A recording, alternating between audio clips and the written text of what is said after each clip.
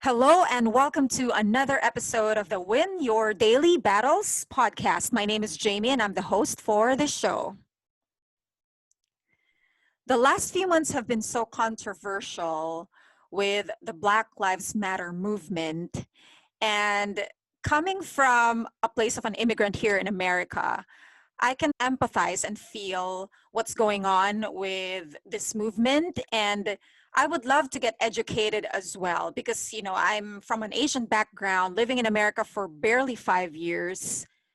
And I would love to just get to know more about the history and what the cause is. And the best way to know about it is from a local himself. So, for my guest for today, he's an actor and he's originally from Georgia, moved to San Diego, and he graduated from the US Naval Academy from year 2015 and also a master's degree in executive leadership. And he's a former Navy linebacker, a published author of a book called Bad Luck is What You Make It, which is sold on Amazon, which we are going to be talking about later on. So this young man is very achieved, and I bumped into him in one of my commercial gigs. And I'm so happy because that encounter brought us here today. So welcome on the show, Mr. Jordan Drake. Hey, Hello. hey, how you Hi. doing? Thank you so much for having me. Yeah, I'm glad that you agreed to do this show. I'm really excited to know more about what you're about and what you can contribute in terms of this very, very controversial topic. I have a very Mhm. mixed base of followers, 50% from the US and 50% the rest of the world. So some of them are not really familiar with, the big issue going on, and it would be nice to just be educated and informed about it. So before we divulge into this topic, Jordan, can you please tell us about you, your story, what you do, uh, just in a nutshell, what you're about? And of course, later on, we're going to tackle the issue of Black Lives Matter.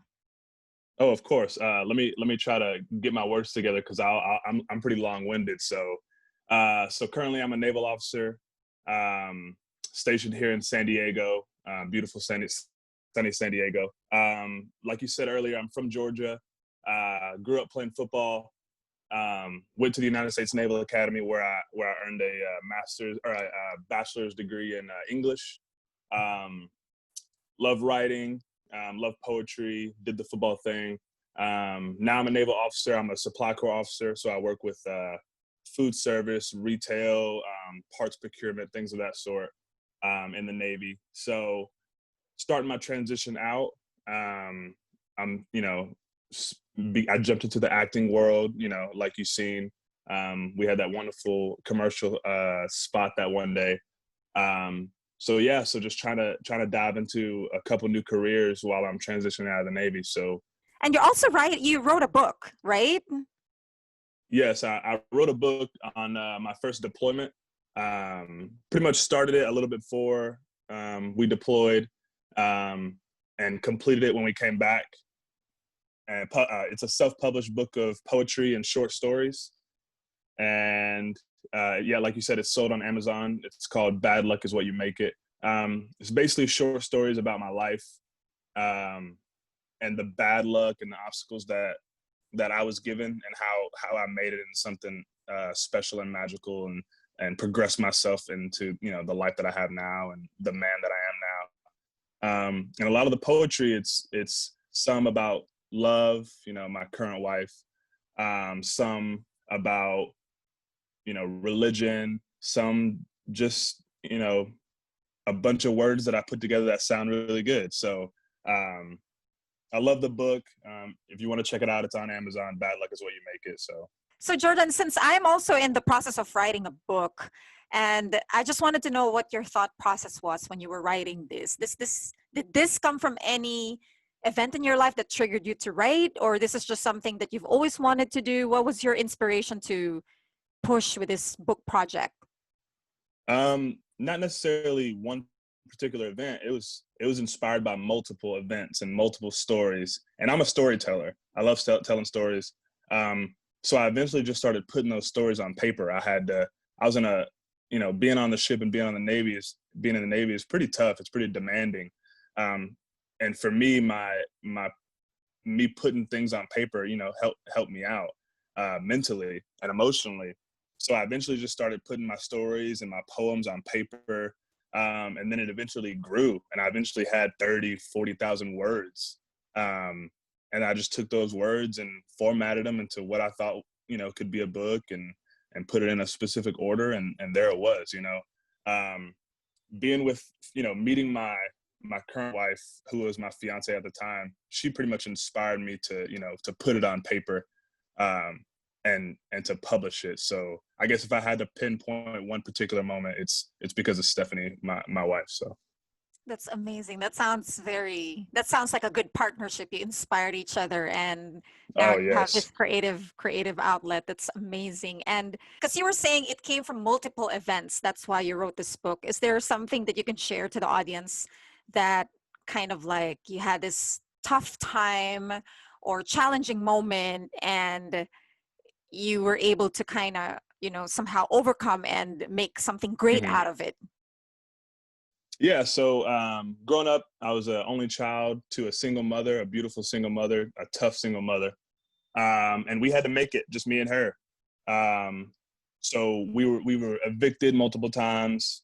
Unfortunately, my mom, she had not the greatest luck with men, so she might have had, a couple bad boyfriends that I had to, either get physical with and whatnot. So it's just taking those events and just making something beautiful, and learning from those events. So, um, for instance, in high school, I didn't have any money to get a scholarship, and I knew that football was my only way to progress, my only way to get into college. And I knew to be successful, I had to have a college education.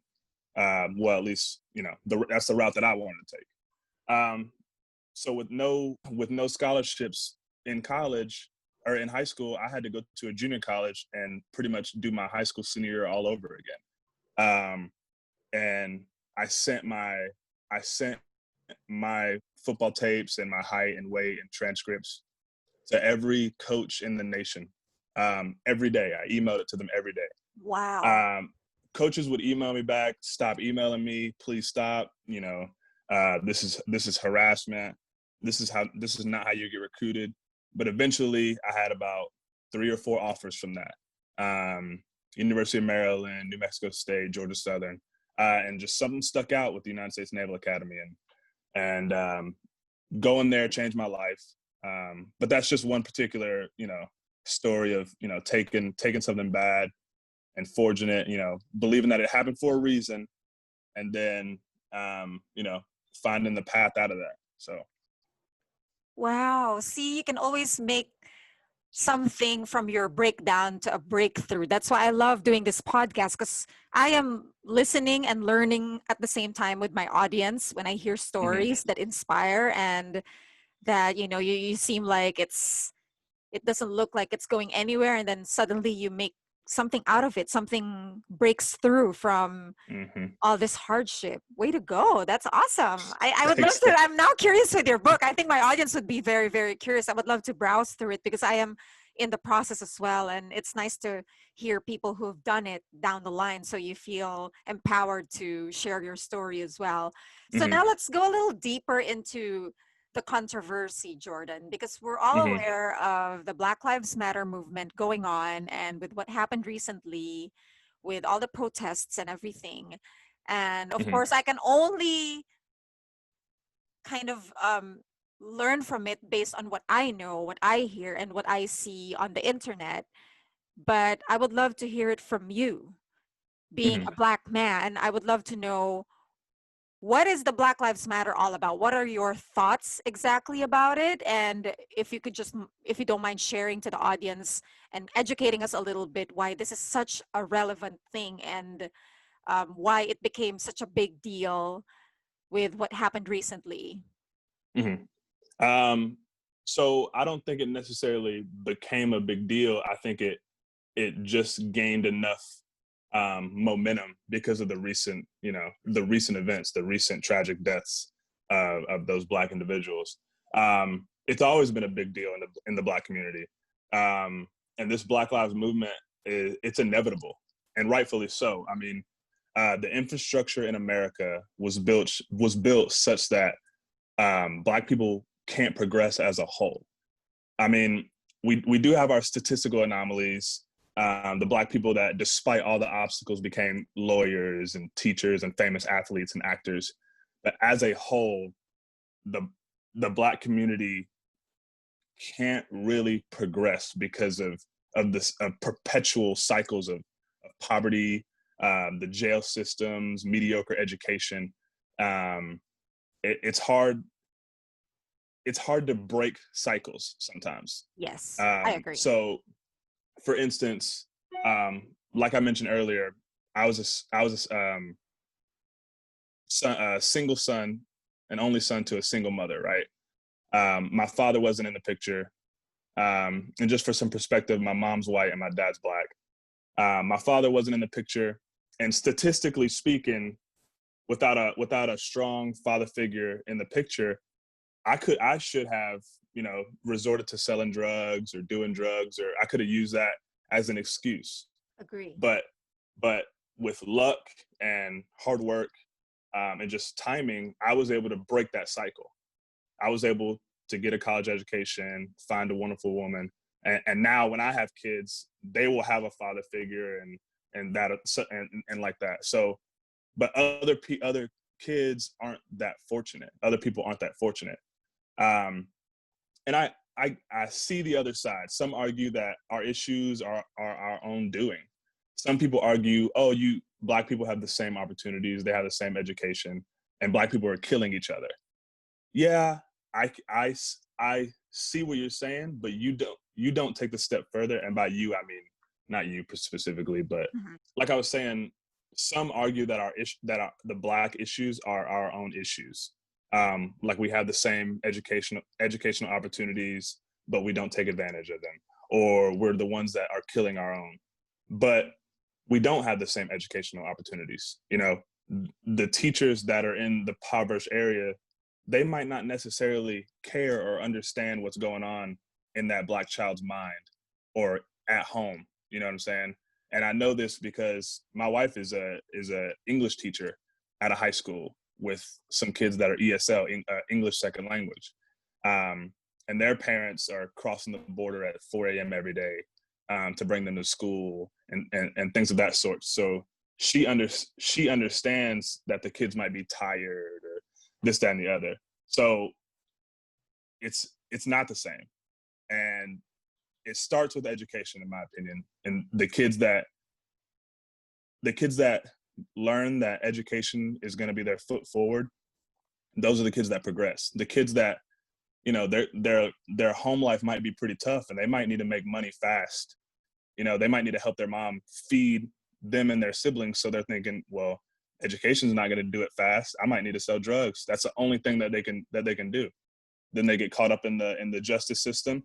They get that on their rap sheet. And unlike, some typical white kids, they can't get that expunged easily because, their dad knows the judge, it's on their record.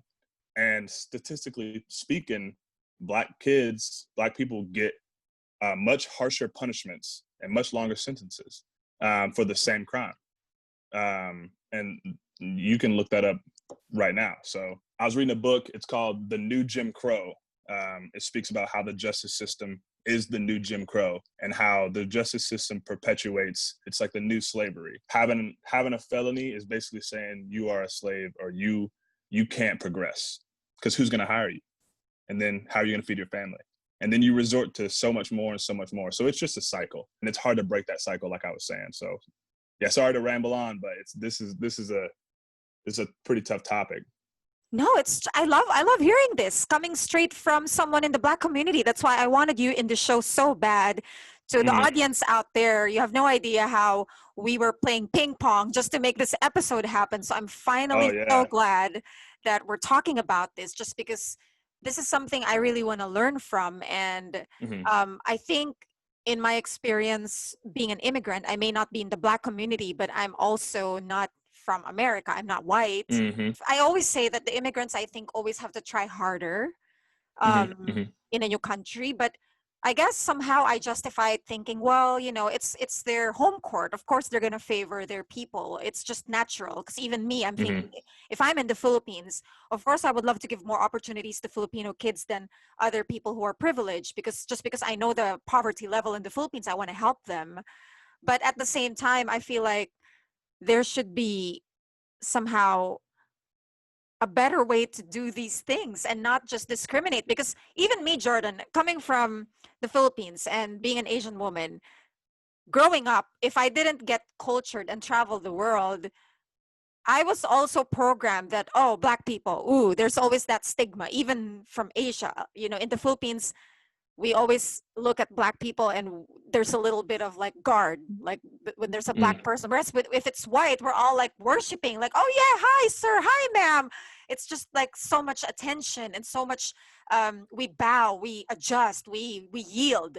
But if it's a black Hmm. person, even if they're kind or whatever, unless they're a basketball superstar, we would be very cautious, like, oh, black, oh, maybe this and that, or there's a stigma right away. And I think it's very, very unfair. Now that I've traveled the world and I've experienced a little bit of prejudice as well, being an Asian woman, now I can see what it's like to be on those shoes, like, oh, I don't like it when people just think I'm Chinese and I have coronavirus or something, and it's not fair.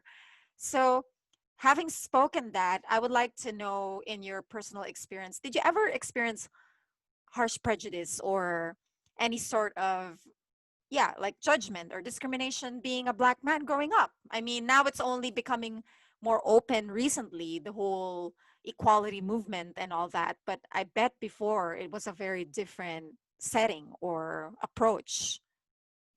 Yes. So just to speak on what you said, even in the Philippines, when you see a black individual, you're guarded, and when you see a white person, they're kind of like worship. That's just in media. That's perpetuated in society. The I feel like the idea of the darker your skin is, um, the more you're outside doing manual labor. I feel, and the lighter your skin is, the more money you have. You're inside. You're shaded. You're superior. I feel like that same idea is found in many cultures. So, and that's wrong. Yeah. But to go back to your question, did I experience prejudice? Yes, I grew up in Georgia, uh, in the South, and there was definitely some racist events in my life that reminded me of my blackness. Um, when I was younger in elementary school, I had a white buddy. His name was Nathan. I can't even. I think we we're in fifth grade. I brought my pocket knife to school. He brought his pocket knife to school. Same situation. We both had really good grades, and we used our pocket knives when we played outside to cut our names in trees and things that stereotypical boys do. We both brought our pocket knives to school. Somehow, teachers found out. We got sent to the office. The principal took his pocket knife, sent him home, and then subsequently he took my pocket knife and expelled me from the school. I had to Oh my I had to God. go I had to go to a different school, for middle. Once we transferred from middle school. So in high school, I was lucky enough to my mom gave me her Mustang, and when it wasn't broken down, I got out of school. I hated riding the yellow school bus, but drove the Mustang to school and whatnot. So one night I was driving around, I think after football practice, and I was pulled over in our community church driveway or parking lot, coming back from football practice. So I'm just like a sweaty young kid. Pulled over, they took me out, they put me in custody, put me in the back of the police car. They called 3 or 4 units and they searched my car. Knowing now what I know now, that was illegal. They needed warrants or probable cause or whatever. I didn't study criminal justice, but I know that I have rights. Back then I was scared, rightfully so. So it just happened, but it made me realize that I have to always be conscious of that I'm a black man. So fast forward to adult me. I graduated from the Naval Academy. My first duty station was up in Newport, Rhode Island. I had a school up there, Supply Corps School, talk about food service and retail, et cetera. There was multiple incidents of me walking on the sidewalk and a white couple or, a white lady walking, towards me and I'm walking towards her. And I felt like, and I could see in their eyes that they knew that I had to move off the sidewalk, you know? So I would step off the sidewalk. I would kind of give like a scared, respectful kind of nod, where I bow my head a little and pass them. And it wasn't until a couple of those where I realized, why am I moving? Yes, I was waiting for you to stop because I was gonna Yeah. say why. I'm not saying assert yourself, but I'm thinking like, because I'm the It's same, it. Jordan. I'm the same. Asians, especially Filipinos, we are Mhm, programmed to yield. We're mhm, obedient. We're mhm, Catholic, so it's all about bowing. It's all about mhm, making way for other people. And it's only living in foreign countries, especially America, where I learned like I still yield if necessary, but there are mhm. times when hey, it's got to be a give and take. Like I yield sometimes. Sometimes if it's my turn, you yield. It can't be all about Exactly. you because why am I yielding all the time? So I had that realization too. And you're right. Oh my God, I like that you realize it. Like, hey, why am I always the one rolling the Mhm. red carpet here and bowing and yielding? Well, it's something small, but I'm a very detail oriented person. So that small thing, it just shows a bigger picture, you know. So I justified it by saying I'm 6'4", I'm 250 pounds. Like I can be somewhat intimidating, Mm-hmm. but exactly why can't we share it sometimes? Why exactly? So it took me a while to notice that and then build up the confidence and the intelligence to know why I'm doing that and how I can mitigate it and trust. So those incidents are just small incidents. I mean, there was other times where I've been called, the N word, that I've been cut from a team because this, that, and the other, or punished on the team, on a football team because this, that, and the other. But those ones that I spoke about, those stick out as prejudice incidents that kind of shaped me. Wow, but you're here strong and diplomatic sounding and you're achieving things. Because other people, you're right, other people would have taken it the wrong way. And that's why I can't blame some Black individuals going on violence because maybe they've had enough. I mean, they're humans too, like not Yes. everyone has that resilience or the understanding to process it and be okay with it. Maybe some of them just have their edge reached, Hmm. like they just that's it, like I'm off my limits and I just cannot tolerate this, so they resort in violence or Hmm. selling drugs or going delinquent. So you can't really blame people because sometimes I feel like it's really how you treat people and you train them how they treat you. But if the system is not in favor of that, it's always hard to always fight to be treated right.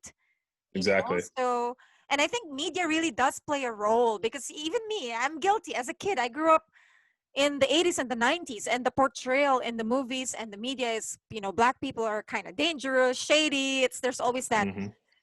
that kind of like you have to be wary. So it's a programming. So if you're not aware and you're not curious enough to really dig deep, you will think, oh, yeah, maybe it's right. Maybe the media is just, taking care of my well-being. So I should be cautious if there's a Black person or something. Which Exactly. is, And that's why as an actor, I and don't get me wrong, I'm still trying to break into the industry. So I take any role I can.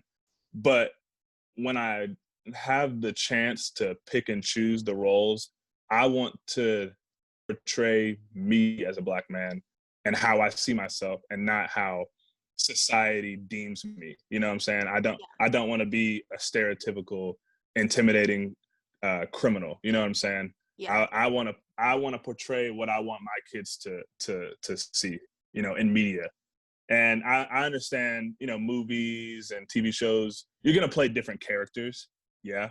But people hold tight to those characters and develop a personality sometimes from those characters. I mean, my grandmother always talked about MacGyver and she would make jokes about Gibbs at NCIS and you know what I'm saying? So and I would make jokes about like Martin Lawrence and Will Smith, you know, Fresh Prince of Bel-Air. So you hold tight to those characters you see on TV and movies, and they do shape you. So I want to eventually act in roles that portray Black people in the light that we are, and that's talented, intelligent, beautiful people. So I agree. I agree. There's more to just what the media is portraying. Because me, as a kid, I when I think of Black people in my youth, I immediately think gang. Like it's a gang. Like it's always about mm-hmm, violence, or they're shady and this, mm-hmm. and it's just crazy. Because when I started traveling the world, I've met amazing Black individuals in my hostels and in all my travels, and I've become good friends with them. And that's where I realized, like, oh my god, like the portrayal is so messed up. Like it's not, it's just what, they're putting out what they think should be put out, but it's not the reality, it's not the truth.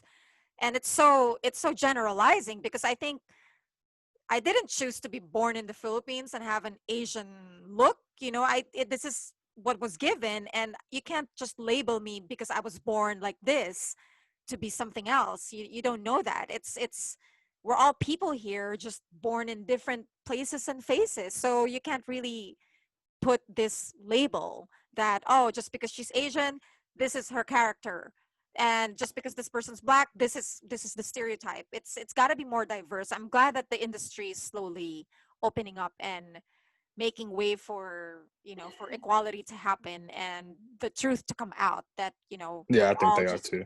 yeah, I'm glad. And so, in connection to this topic, Jordan, can you tell us if there's any offensive comments, labels, or opinions that people are unaware of when they talk about the Black community? Like, for instance, I remember asking a friend, is it okay to call people Black? Because I call them white, Black. Is it appropriate? Because I don't want to, after this topic, I want to be very sensitive and make sure that I'm not making comments or jokes or some random things that I think is just okay, but maybe for your culture, it's not.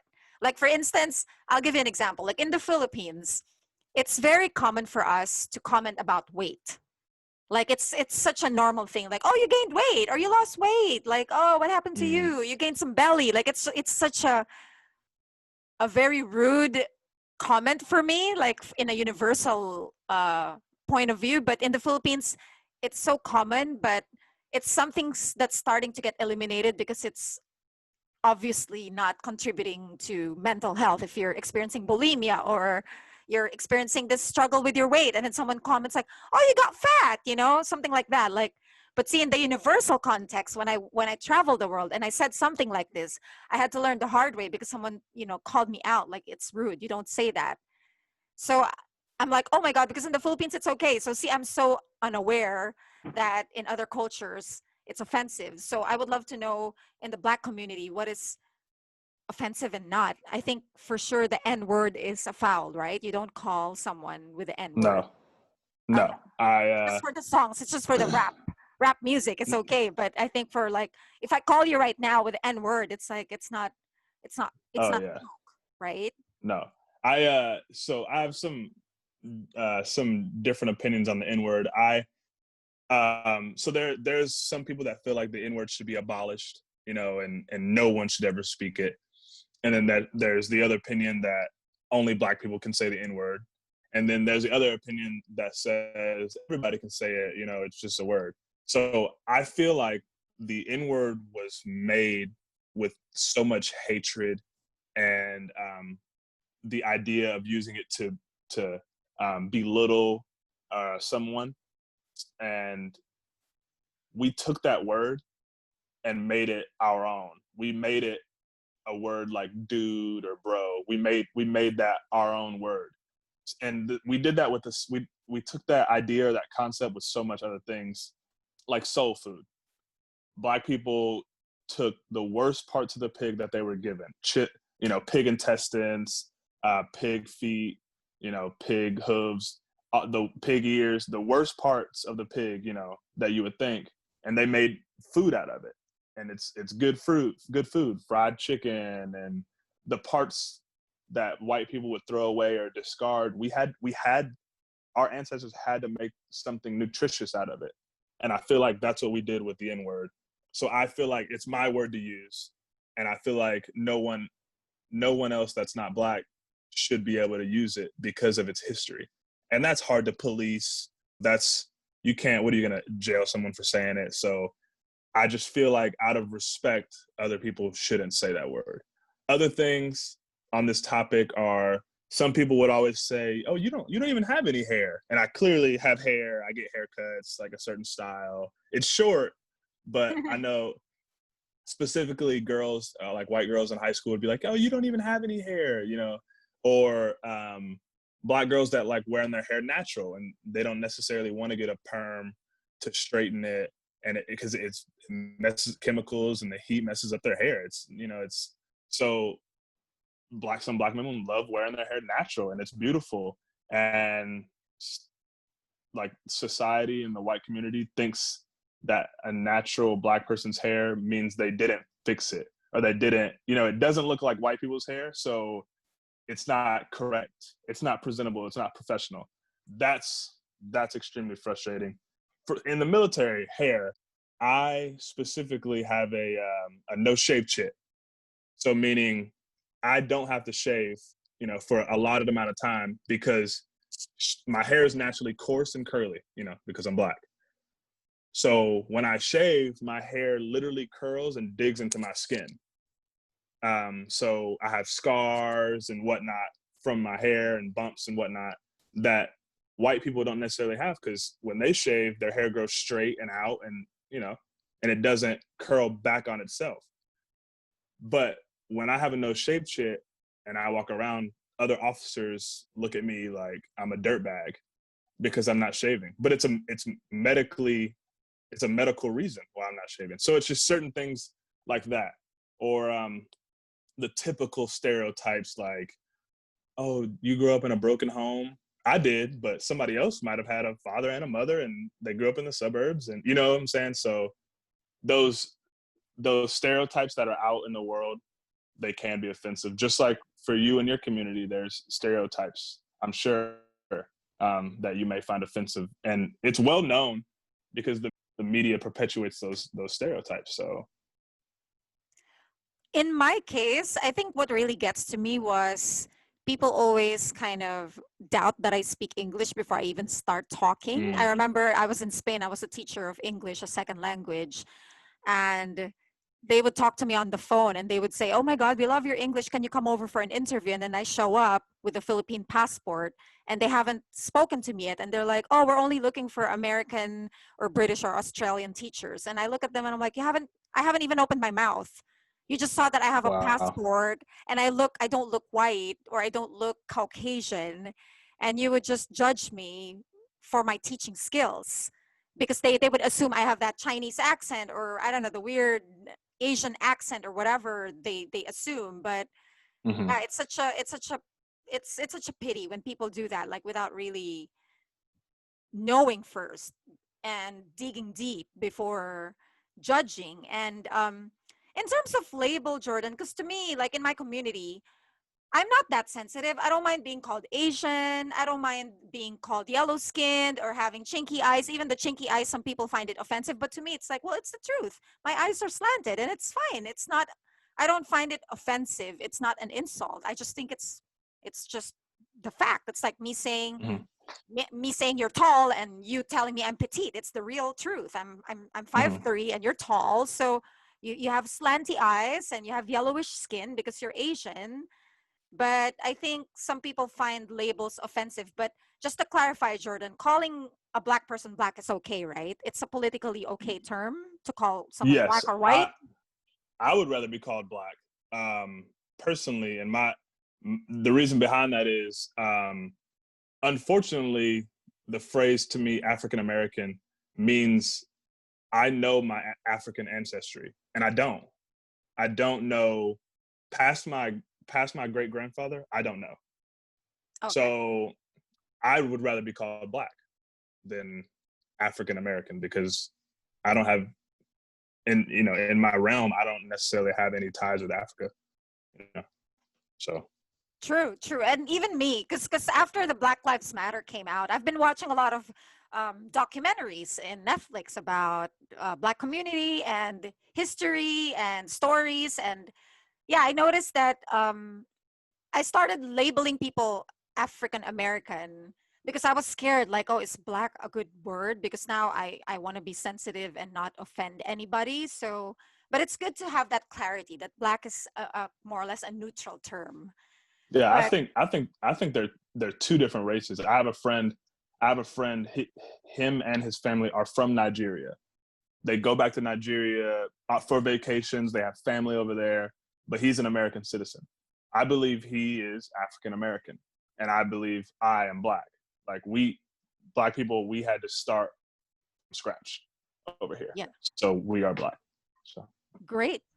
Good to know. I like that it's confirmed that it's an okay term. So to all my listeners out there, especially if you're not familiar with what's going on in Asia, we have a different set of problems, but it's good to be aware of these things.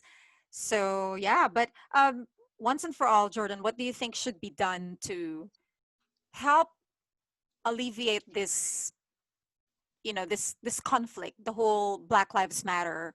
What do you think should be done, not even in drastic ways, but in simple ways, just to make things better, like make things harmonious with each race?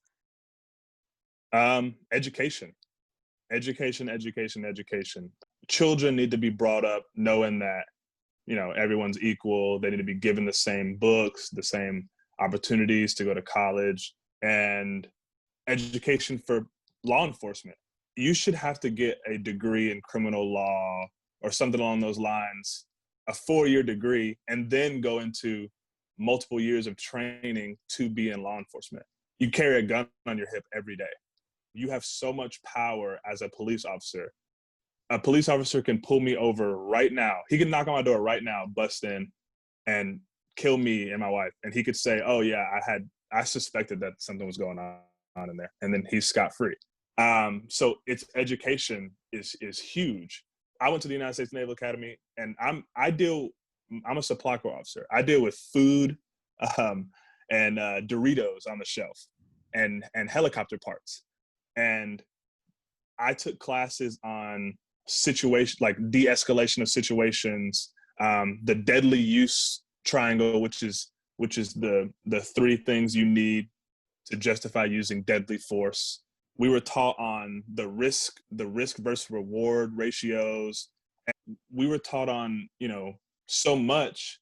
And I've probably held a gun on my hip 40 times, standing watch for 5 hours at a time, and not one time an incident occurred, but I still had that training. Cops they're on 12, 16-hour shifts, crazy. They're working crazy hours. They're tired. There's so much going on. It is natural. It's so dangerous to be a police officer. I commend them. But when you're tired and when you're ready to get off work and something happens, you're going to resort back to your primal training. You resort back to it. And if that primal training is shooting at a Black silhouette target, because that's what you shoot at. You shoot at a Black silhouette target. You're naturally going to shoot at that Black person. Oh yeah, that makes sense. I like that. See, I didn't even think about these things. That's so, yeah, relevant. So I had one of my best friends. He's a correctional officer up in Sacramento, and I remember talking to him in the beginning of his boot camp, and one of the first things he did is they went to the gun range for hours and hours on end, and the target was a Black silhouette. And why does it have to be a Black silhouette? And that's just, I don't know where that came from, but that perpetuates the cycle. And that's just a small tidbit of the training that needs to change to answer your question. It's going roundabout to answer your question. And they can just make it into a neutral color where humans don't have that skin color. You know what I mean? Like, just, I Exactly. don't know, pick purple, or I don't know, another color that's not going to be labeled or associated with a skin color. Oh, I was just going to say, or they could have multiple, because Yeah. there's multiple people. It's a melting pot. The world is a melting pot. Or they could be educated on the area in which they will be policing. If you're If True. you're if you're going to be policing San Fran, you need to be aware of, I feel like there's a lot of LGBTQ community up there. They're strong. There's a big Asian community, I think, up there in San Fran. Of course, the white community. So I feel like police should know the mannerisms and the speech patterns of these different people to know if they're dangerous. Vice versa, if you're policing down in Georgia, you should know the police patterns of the black people down, or the mannerisms of the black people down there, the white people, how they speak. Someone might not mean any harm, but they may be 6'4" like me, and you might just naturally be like, oh man, I'm at a disadvantage. But if you're educated on my race and my mannerism stuff, you can preemptively make the best decisions. So it's education. I agree. And I like also that when you said about the schooling, give equal opportunities to both any colors in terms of, being a kid in school. And I think they should assess people based on their performance, not the color. Mm-hmm. Because, we can all be in different skin colors, but apparently this other person is performing better in school, but it doesn't have to have any bearing with the race. Maybe this person just has a sharper IQ and this person has a better creative outlet or something. So there's different gifts for different people. So you can't really judge the performance of the kid based on the skin color, because again, it's not like we chose to be born like this. This is just given. I remember taking the SAT or the ACT, and there was a question about boating. No one in my family has ever owned a boat. At that time, I had never been on a boat. I didn't understand boats. At that point, I could hardly swim, because there's not, many pools where I grew up. So it's kind of a disadvantage for, some SAT or some tests, because they're asking questions that people in the Black community might not have any experience with. So, I mean, that I feel like testing should be revamped as well. Oh, that's true. I like that point because it should be relatable to everyone, not Mhm. someone who, oh yeah, this specific. It's like me asking you about Filipino fruits. It's like, how the hell are you Oh, gonna yeah. pass that? And I Yeah. will be so good at it, but you won't. So Uh-huh. it's not because you're stupid and I'm smarter. It's just that you don't know that because you're not exposed to that environment or that Exactly. experience. That's a very good example. True. Oh my God. There's so much change that can be done, but I'm glad that there's Mhm. awareness. Hopefully, people listening to this will also see our point because I'm so in your team. I so agree that there should be a shift because it's time. It's just time we give chance to, to equality and to everyone to have their own share of credits or opportunities. It's just time now, where Mhm. we've evolved. The world has evolved because of the internet. There's knowledge, there's information now, and we know better than before. So I always ask my guest what their daily battles are and how they win over it. So it's your turn to answer. Daily battles. I feel like it just comes down to one thing: complacency. Don't be complacent. Don't settle for where you're at or who you are. Always progress daily to get better, whether that's physically, mentally, or emotionally. Every day, if it's only half a step or one small thing, do that one thing or take that step just to make yourself or the people around you better. Don't be complacent. That's my daily battle. I frustrate my wife because every day I'm like, dang, what did I do to make myself better? Oh, okay, I at least worked out. So it's just the small things, taking those steps forward. It's being proactive to your self improvement and development, even Hmm. if it's baby steps. At least you tried to get better today than yesterday. Hmm. And I think sometimes it's okay to rest and take it easy, but the point is to not give up. I always tell my listeners that sometimes, of course, life can get so frustrating and you just kind of want to sit and breathe, but get back up in the saddle and just Hmm. keep going, keep moving, keep improving, because there's just so much to learn and so much to do, especially like now our topic. See, there's so much to develop in terms of education. I hope that people listening right now will just propel themselves to be the best that they can be, even in little tiny steps. Thank you so much, Jordan, for sharing your story. And I really love listening to you. I love that I'm also learning as well. It's great to see a different perspective, a different culture. And Mhm. would you like to plug any of your social media handles, your book, to our audience in case they want to listen to you or follow you or read your book? Go ahead. Oh yeah, yes. Hey, first and foremost, thank you so much for having me. It's conversations like this that we need to learn and progress.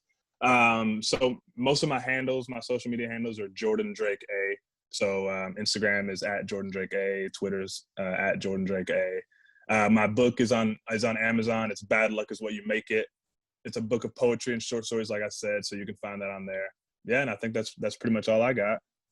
Great. And I'm sure there's going to be more to come. I cannot wait to see you shine on the screen for the role that you were visualizing for yourself. It would be great to Oh have that yes, break of portraying Black community and individuals in the movie in a different angle where it's the truth and not the stereotype. So good luck, Jordan. And I hope we work again thank you. together for some commercial. That would be great. It's just It would be. amazing. Yeah, definitely. Thank you. And so before I close the show, you guys, it's a constant reminder that winning your battles, I believe, is a day-to-day thing. I didn't hear him say anything about, oh, you got to achieve great things. You got to be a champion at something or get this trophy or this big aha moment. It can just be as little as forcing or pushing yourself to improve day by day, no matter how little. Don't get too complacent with what you've accomplished today. Learn from it and grow again the next day, little by little, one day at a time. Then one day you look back and see how far you've gone.